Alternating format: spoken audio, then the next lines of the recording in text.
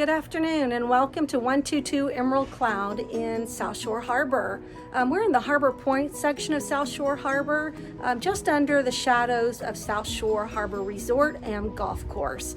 We're going to be taking a look at this home today, and I just want to start out by saying that the entire exterior of this beautiful home has been repainted.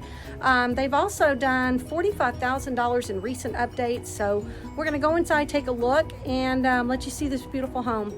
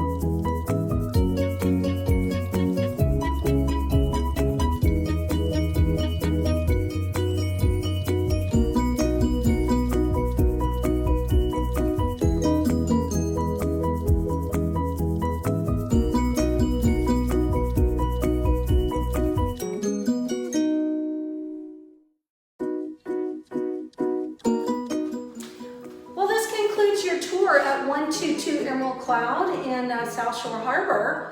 I hope you like what you see. If you have questions, feel free to reach out to me or your agent. We are always glad to help and answer any questions that you might have. I hope you like what you see, and if you do, come out and take a look. We hope you enjoy your tour today. Thank you so much.